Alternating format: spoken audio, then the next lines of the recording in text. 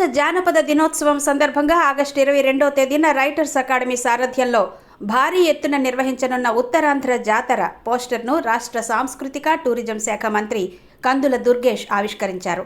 ఈ కార్యక్రమంలో పాలకొండ ఎమ్మెల్యే నిమ్మక జయకృష్ణ కూడా పాల్గొన్నారు. ఈ సందర్భంగా రైటర్స్ అకాడమీ చైర్మన్ వివి రమణమూర్తి, సభ్యులు విక్రమ్ కుమార్, ధనుంజయ మంత్రి దుర్గేష్ను కలిసి కార్యక్రమం గురించి వివరించారు. ఉత్తరాంధ్రలో ఉన్న దాదాపు 50 జానపద కళారీతుల్ని ఆగస్టు 22వ తేదీ సాయంత్రం 5 గంటల నుంచి విశాఖలోని గురజాడ కళాక్షేత్రంలో ప్రదర్శిస్తున్నట్టు మంత్రికి తెలియజేశారు. అదే రోజు మధ్యాహ్నం 3 గంటల నుంచి బీచ్ రోడ్లో సుమారు 2000 మంది జానపద కళాకారులు ఊరేగింపును నిర్వహిస్తూ తమ తమ కళారూపాలు ప్రదర్శిస్తారని వెల్లడించారు.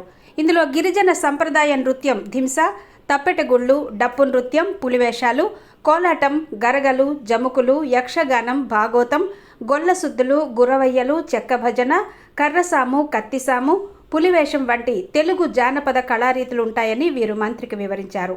అంతేకాకుండా తెలంగాణ ప్రభుత్వం కూడా ఉత్తరాంధ్ర జాతరకు కొన్ని కళారూపాలను పంపుతోందని మంత్రికి తెలియజేశారు. ఈ బృహత్తర కార్యక్రమాన్ని వీక్షించేందుకు ప్రత్యేక అతిథిగా ప్రముఖ నటులు పద్మశ్రీ బ్రహ్మానందం విచ్చేస్తున్నట్టు మంత్రికి తెలియజేశారు. ఉత్తరాంధ్రలో మునుపెన్నడూ కని విని ఎరుగని రీతిలో ఈ జానపద కళల ప్రదర్శన జరుగుతున్నందున ముఖ్య అతిథిగా రావాలని వీరు కందుల దుర్గేష్కు ఆహ్వానం పలికారు. ఈ కార్యక్రమం పట్ల ఆసక్తిని కనబరిచిన మంత్రి సాంస్కృతిక శాఖ ద్వారా ఉత్తరాంధ్రేతర కళారూపాలను కూడా ఆ రోజు విశాఖ పంపడానికి సంసిద్ధత వ్యక్తం చేశారు.